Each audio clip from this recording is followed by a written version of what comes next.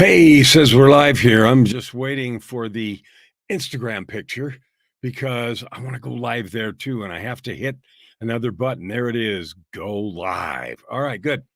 So I want to talk today about something called fierce ownership. Now, if I own a bicycle, it's mine, right? I bought it, paid for it. There it is. If I own a car, I not only own it, but I have a title. Same thing with the house. How about your life? Do you have ownership attitude toward your life?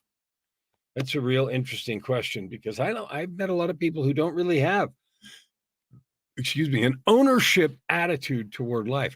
They have an abdication attitude, like all the things that happen decide who they are. Now, if you did that to your car, then somebody bumps into it, or you have a wreck or something. It's just one of those things that happens to you, and you might complain and get mad and feel sad, but you wouldn't have the kind of ownership. Now, somebody hits your car, while you go change insurance numbers and insurance information, you do that kind of stuff because you have an ownership attitude. I want to talk about what ownership to your life means. It could mean, as a possibility, and I'm not going to suggest all the weak things that it could mean, but here's my purpose in the world. My purpose is to help 250 million people, as many as I possibly can. But this year, my goal is 250 million, to take fierce ownership of your life. Fierce ownership is that state where you make the very most out of it, where you intentionally look at your resources, your opportunities, your skills, your gifts, and your life experience, and you make a conscious choice to do the most you can with it. Now, I intentionally use this beautiful picture of a river because who knows where that goes, right? Now, there's a couple of things you can do. You can get on that river and you can just float, and then you go wherever the river goes, and you don't, and maybe it's interesting, maybe it's not, but you exercise very little control over what happens to you, where your river goes. On the other hand, you can make a decision. You're going to go down the river and you're going to get out over here. You're going to spend a few days camping here, and then you're going to go there, and you can make an intentional trip down the river and plan it. Now, that's not a complete metaphor at all. But when you or I live our lives unintentionally, not a lot happens. We don't take any control. So I'm going to get really specific. Sorry. This year, I've declared a goal. I'm going to reach 250 million people. What are your goals for this year? It's May. Wow, just barely, May the 2nd or something today. So 1/3 of the year is gone. If I ask you, what are you creating before Christmas? What would you say? Do you know? Do you have an intention? Maybe you don't want one. Maybe you're just going to go through the year and see what it brings. I have an intention, and I invite you to have one too, because we only get one trip through life. You only live once, right? YOLO. And that's a true thing. And I encourage you to take ownership of that journey. So you go where you want, you get what you want, and you create what you want. Now, I've lived my life with lots of different goals. For many years, I lived with the idea that making the most money possible was all I needed to do, and that would solve all the problems.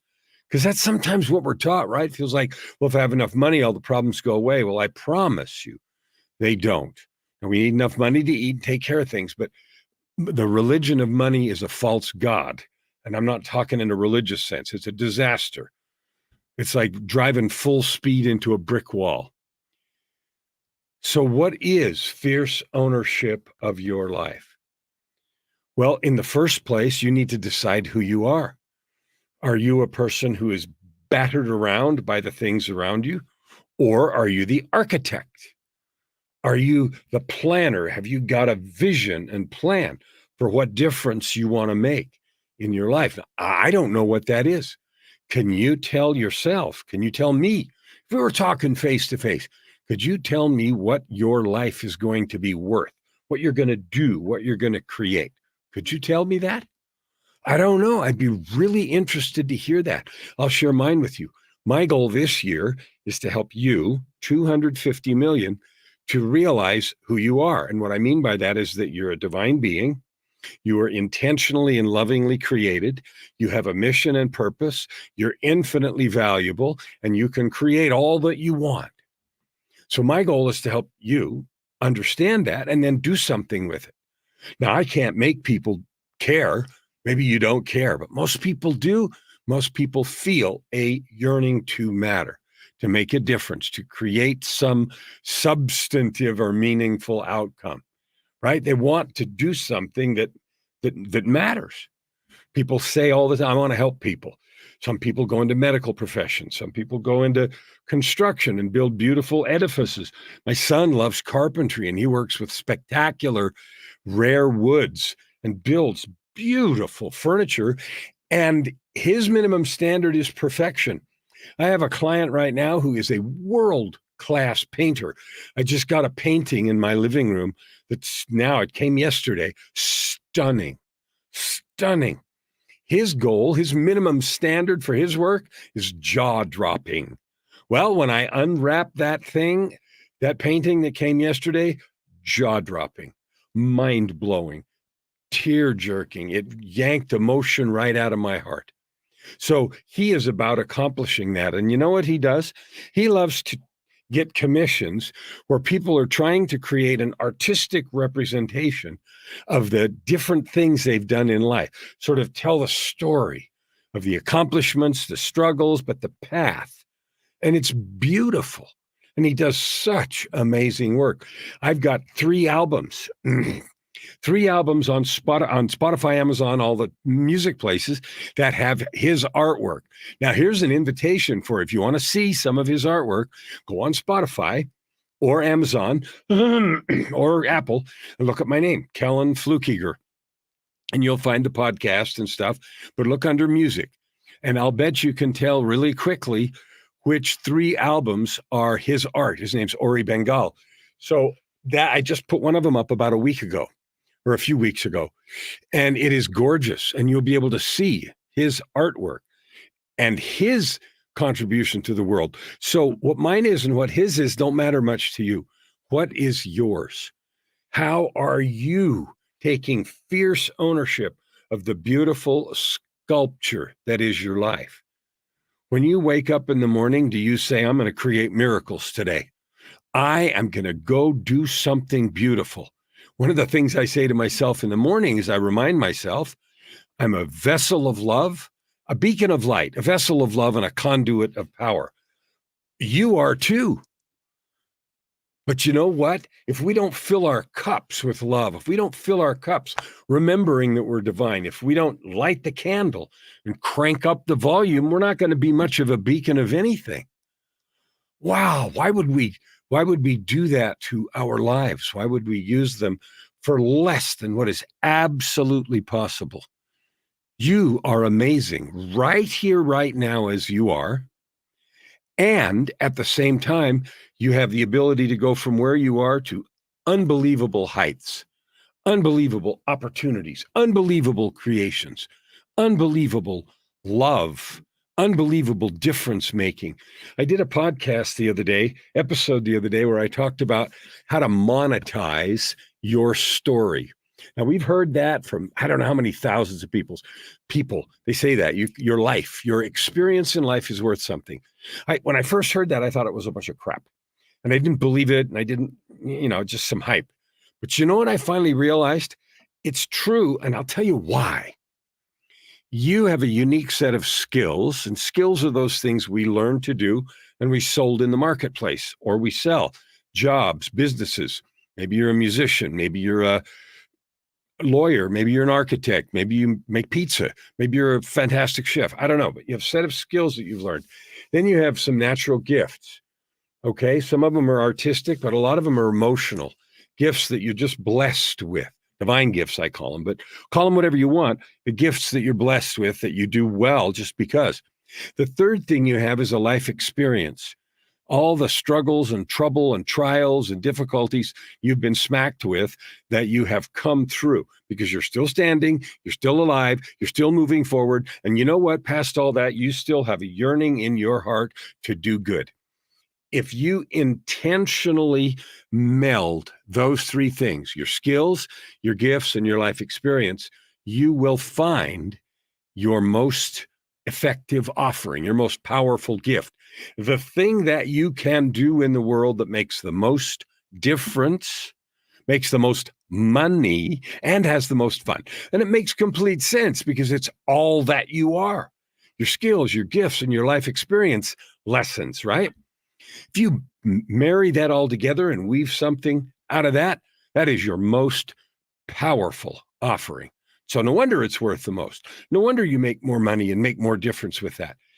I have spent the last 15 years working on mine and working on systems to help you get that done. That's what I mean when I say I'm going to reach 250 million people. 250 million people help you find your most effective offering, be the most powerful person you can be, and most of all, love yourself and those around you. Love's the engine for everything. We all know that. We see what hate does. It's in the news. It's all over the place right now. Negativity, fear, hate. It results in sadness and prejudice and violence and death. Love, on the other hand, is the opposite. It's the glue that holds the world together. And you and I, we're creatures of love. Now, that all sounds woo-woo, and it is.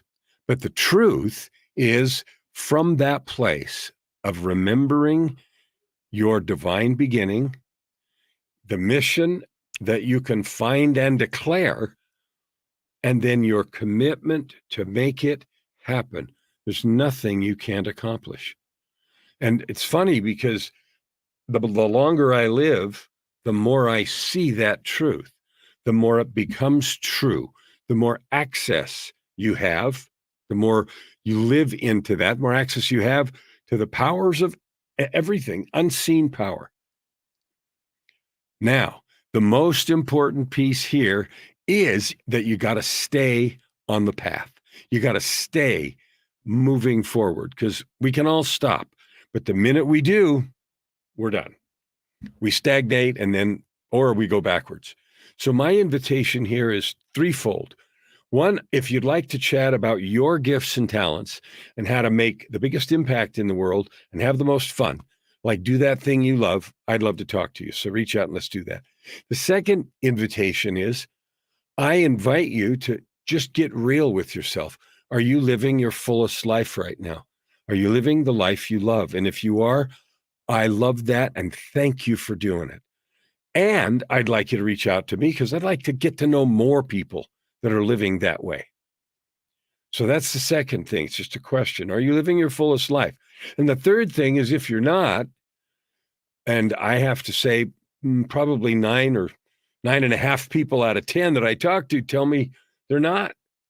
They're missing, they're lacking, they're yearning and trying to get something more, but it's not happening for them. Then my question's simple. When are you going to start creating it? Because the days go by, no matter what. The days, the months, the years.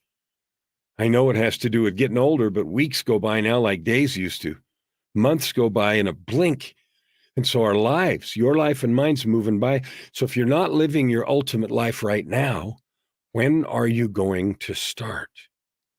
5 minutes before you're dead, on your deathbed, next week, tomorrow? The only moment you and I have is this one right here. And I am grateful you're spending at least this moment with me. I love you. I support you. I call on you. I invite you. There's a possibility to consider your own greatness and live into it with all your heart, with all your power, and shine your brightest light into the world. Thank you for being great and wonderful you. We'll see you tomorrow.